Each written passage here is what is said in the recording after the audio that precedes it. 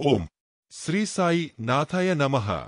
శ్రీ సాయిబాబా జీవిత చరిత్రము 3వ అధ్యాయము. సాయిబాబా యనుమతియు వాగ్దానము. భక్తుల కొరకు నిర్ణయించిన పని. బాబా కథలు సముద్రమధ్యమున దీపస్తంభములు. వారి ప్రేమ. రోహిల్లా కథ. వారి మృదుమధురమైనట్టియు యమృతతుల్యమైనట్టియు పల్కులు. సాయిబాబా యొక్క యనుమతియు వాగ్దానమును. వెనుకటి అధ్యాయములో వర్ణించిన ప్రకారము శ్రీసాయి సచ్చరిత్ర వ్రాయుటకు బాబా పూర్తి యనుమతి నొసంగుచు ఇట్లు నుడివిరి. సచ్చరిత్ర వ్రాయి విషయములో నా పూర్తి సమ్మతినిచ్చెదను. నీ పనిని నీవు నిర్వర్తించుము. భయపడకుము. మనస్సు నిలకడగా నుంచుము. నా మాటలయందు విశ్వాసముంచుము. నా లీలలు వ్రాసినచో నవిద్య నిష్క్రమించిపోవును. వానిని శ్రద్ధాభక్తులతో నెవరు వినెదరో వారికి ప్రపంచమందు మమత క్షీణించును. బలమైన భక్తి ప్రేమ కెరటములు లేచును. ఎవరైతే నా లీలలలో మునిగెదరో వారికి జ్ఞానరత్నములు లభించును. ఇది విని రచయిత మిక్కిలి సంతసించెను.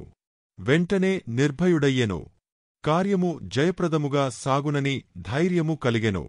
అటుపైని మాధవరావు దేశపాండేవైపు తిరిగి బాబా ఇట్లనెను. నా నామము ప్రేమతో నుచ్చరించిన వారి కోరికలన్నీయూ నెరవేర్చెదను. వారి భక్తిని హెచ్చించెదను. వారి నన్ని దిశలందు కాపాడెదను. ఏ భక్తులైతే మనఃపూర్వకముగా నాపై నాధారపడియున్నారో వారి కథలు వినునప్పుడు మిక్కిలి సంతసించెదరు. నా లీలలు పాడువారి కంతులేని యానందమును శాశ్వతమైన తృప్తిని ఇచ్చెదనని నమ్ముము. ఎవరైతే శరణాగతి వేడెదరో, నన్ను భక్తి విశ్వాసములతో పూజించెదరో, నన్నే స్మరించెదరో, నా యాకారమును మనస్సున నిలిపెదరో వారిని బంధనముల నుండి తప్పించుట నా ముఖ్య లక్షణము.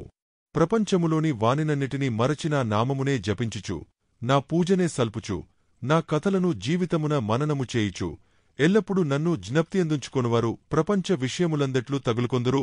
వారిని మరణము నుండి బయటకు లాగెదను. నా కథలే వినినచో అది సకల రోగములు నివారించును. కాబట్టి భక్తిశ్రద్ధలతో నా కథలను వినుము. వానిని మనమున నిలుపుము. ఆనందమునకు తృప్తికి నిదియే మార్గము. నా భక్తుల యొక్క గర్వాహంకారములు నిష్క్రమించిపోవును. వినువారికి శాంతి కలుగును.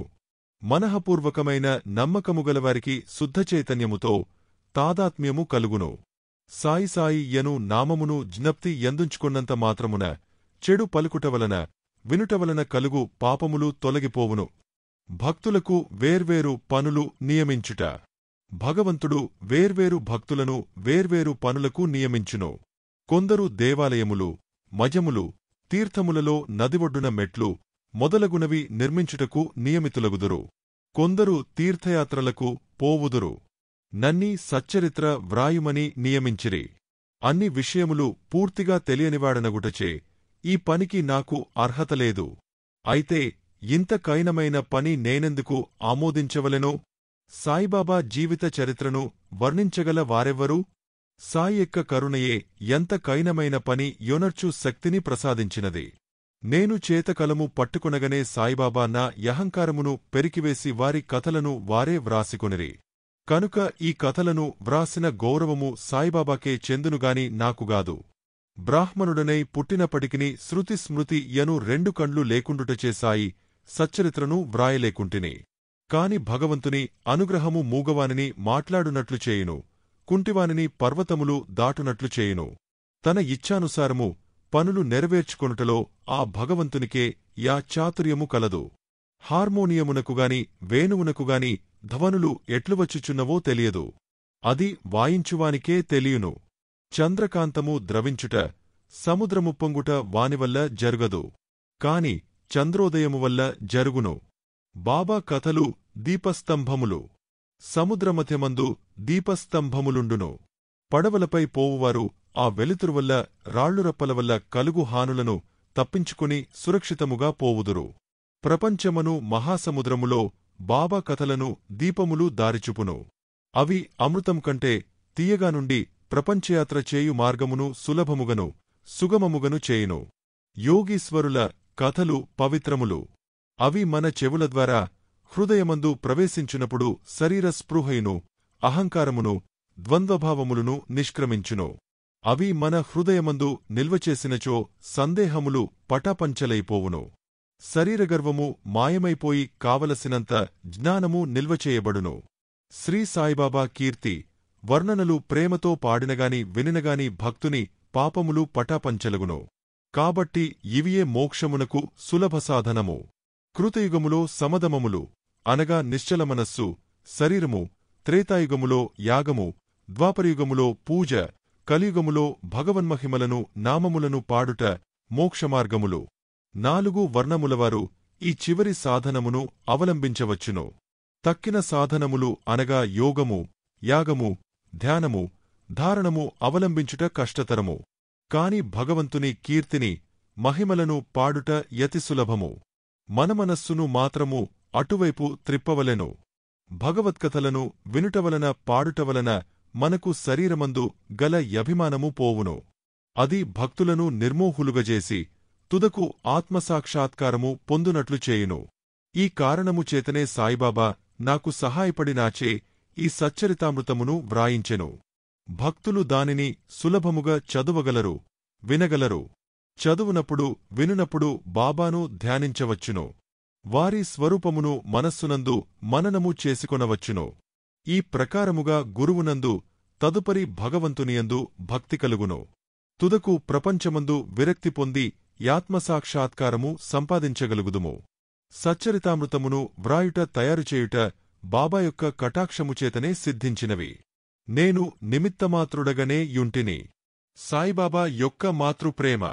ఆవు తన దూడ నెట్లు ప్రేమించునో ఎందరికి తెలిసిన విషయమే. దాని పొదుగెల్లప్పుడు నిండియే యుండును. దూడకు కావలసినప్పుడెల్ల కుడిచినచో పాలు ధారగా కారును.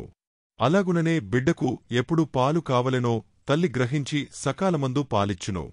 బిడ్డకు గుడ్డలు తొడుగుటయందును అలంకరించుటయందును తల్లి తగిన శ్రద్ధ తీసుకుని సరిగా చేయును. బిడ్డకు ఈ విషయమేమియూ తెలియదుగాని తల్లి తన బిడ్డలు దుస్తులు ధరించి యలంకరింపబడుట చూచి యమితానందము పొందును.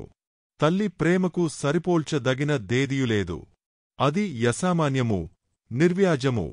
సద్గురువులు కూడా నీ మాతృప్రేమవారి శిష్యులందు చూపుదురు.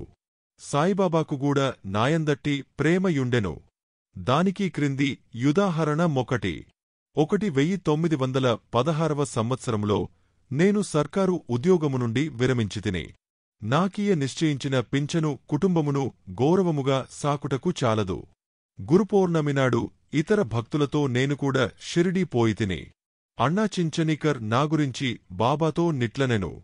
దయచేసి వానియందు దాక్షిణ్యము చూపుము. వానికి వచ్చు పింఛను సరిపోదు. వాని కుటుంబము పెరుగుచున్నది. వాని కింకేదైనా ఉద్యోగమిప్పించుము. వాని యాతురుతను తీసివేయుము. వానికానందము కలుగునట్లు చేయుము. అందులకు బాబా ఇట్లు జవాబిచ్చెను. వాని కింకొక ఉద్యోగము దొరుకును. కాని వాడిప్పుడు నా సేవలో తృప్తిపడవలెను. వాని భోజన పాత్రలు ఎప్పుడూ పూర్ణముగనే యుండును. ఎన్నటికిని నిండుకొనవు. వాని దృష్టినంతటినీ నావైపు త్రిప్పవలెను. నాస్తికుల దుర్మార్గుల సహవాసము విడువవలెను. అందరియెడ అణకువ, నమ్రతలుండవలెను. నన్ను హృదయపూర్వకముగా పూజించవలెను. వాడిట్లు చేసినచో శాశ్వతానందము పొందును. నన్ను పూజింపుడను దానిలోని నన్ను ఎవరు అను ప్రశ్నకు సమాధానము సాయిబాబా ఎవరు అను దానిలో విశదీకరింపబడియున్నది. మొదటి అధ్యాయమునకు పూర్వము ఉపోద్ఘాతములో చూడుడు. రోహిల్లా కథ. రోహిల్లా కథ విన్నచో బాబా ప్రేమ ఎట్టిదో బోధపడును. పొడుగాటివాడును, పొడుగైన చొక్కా తొడిగినవాడును, బలవంతుడునగు రోహిల్లా యొకడు బాబా కీర్తి విని వ్యామోహితుడై షిరిడిలో స్థిరనివాసము ఏర్పరచుకొనెను. రాత్రింబగళ్ళు ఖురానులోని కల్మాను చదువుచు అల్లాహూ అక్బర్ యని యాంబోతూ రంకెవేయునట్లు బిగ్గరగా నరచుచుండెను. పగలంతయు పొలములో కష్టపడి పనిచేసి ఇంటికి వచ్చిన షిరిడీ ప్రజలకు నిద్రాభంగమును అసౌకర్యమును కలుగుచుండెను. కొన్నాళ్లవరకు వారు దీని నోడ్చుకొనిరి. తుదకు బాధ నోర్వలేక బాబా వద్దకేగా రోహిల్లా అరపుల నాపుమని బతిమాలిరి. బాబా వారి ఫిర్యాదును వినకపోవుటేకాక వారిపై కోపించి వారి పనులు వారు చూచుకొనవలసినదే కాని రోహిల్లా జోలికి పోవద్దని మందలించెను. రోహిల్లాకు ఒక దౌర్భాగ్యపు భార్యగలదనియు, ఆమె గయ్యాళి అనియు, ఆమె వచ్చి రోహిల్లాను తనను బాధపెట్టుననియు బాబా చెప్పెను. నిజముగా రోహిల్లాకు భార్యయేలేదు. భార్యయనగా దుర్బుద్ధి అని బాబాయ్ అభిప్రాయము. బాబాకు అన్నింటికంటే దైవప్రార్థనలందు మిక్కుటమగు ప్రేమ. అందుచే రోహిల్లా తరపున వాదించి ఊరిలోనివారి నోపికతో నోర్చుకొని బాధను సహింపవలసినదనియున్నది త్వరలో తగ్గుననియు బాబా బుద్ధి చెప్పెను. బాబా యొక్క అమృతతుల్యమగు పలుకులు. ఒకనాడు మధ్యాహ్నహారతి యైన పిమ్మట భక్తులందరూ తమ తమ బసలకు పోవుచుండిరి. అప్పుడు బాబా ఈ క్రింది చక్కని యుపదేశమిచ్చిరి. మీరెక్కడ నున్నప్పటికీ నేమి చేసినప్పటికీ నాకు తెలియునని బాగుగా జ్ఞాపకముంచుకొనుడు. నేనందరి హృదయముల పాలించువాడను, అందరి హృదయములలో నివసించువాడను. ప్రపంచమందుగల చరాచర జీవకోటి నావరించియున్నాను.